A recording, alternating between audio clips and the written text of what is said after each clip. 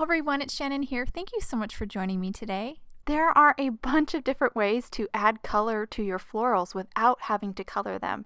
Today we are going to use a stencil to create this beautiful background and really give these crocuses a modern look. So the stencil I'm using today is actually this Lighthouse stencil from the Stencil-n-Stamp Lighthouse set. I'm going to be using that kind of beam of light opening there. I am going to actually make a single layer card here, so this is really a great card for mailing. So I have started with my white card base and I've taped down my stencil to hold in place and also kind of masked off or taped off a little opening in the stencil where I don't want some of that ink to come through. I'm going to be using Pink Fresh inks today. I'm starting with Apricot here and I'm just going to ink blend that opening through the stencil right onto my card front. Once I finish blending with that apricot, I am going to clean my stencil real quick, and then I will move on to repositioning it and ink blending my next color. Now I do want to overlap a little bit because I really like how these dye inks layer on top of each other. I think it makes it does make a new color, but I think it's really cool. This next color I'm using is Coral Reef, a really pretty kind of pink red. So I just ink blended that over the apricot and kind of makes like another orange. It's just really cool how these colors layer together. So I cleaned my stencil, repositioned it here, moving on to my next color, which is Candy Violet.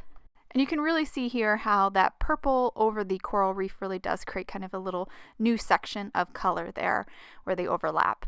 Now, I didn't clean between this last purple and this new purple because they're both purple, but I just quickly ink blended that Royal Kiss right there, and now I am going to clean my stencil and my painter's tape. It is important to clean your painter's tape too because there is ink on that and that can contaminate or kind of cross over when you start to ink blend. You can kind of pick up that ink still on the tape.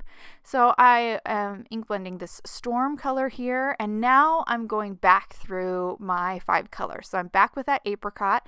Now this apricot does a really cool thing over the Storm. It kind of creates like a green color, and I really love that addition to this palette. This is a pretty kind of muted palette, a different kind of palette for me, but I love how these colors layer on top of each other and they work together. I think they just turned out really pretty.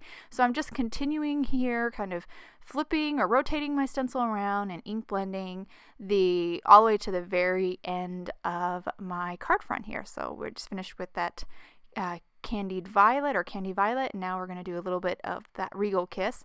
Here my card base was kind of slipping around a little bit, so I had to hold it a little bit more tightly. And once I finish with that Regal Kiss, I am going to do my last little bit here with the Storm, kind of ink blend that very bottom. I decided I needed to add a little bit of the Storm to the very top just to kind of balance the colors out a little bit. It felt a little too heavy at the bottom. And then here I'm going to ink blend a little bit of that apricot over the Storm to again kind of create that little green color and incorporate that a little bit more.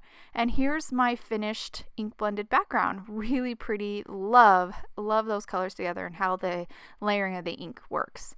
So I'm going to use the Crocus stamp set here, and I'm going to stamp just the flowers at the top of my card front, and then I will flip my card around, and then I'll just stamp them again in VersaFine Onyx Black ink. I made sure to position this stamp so you don't see any of the pot. I just wanted the florals for this.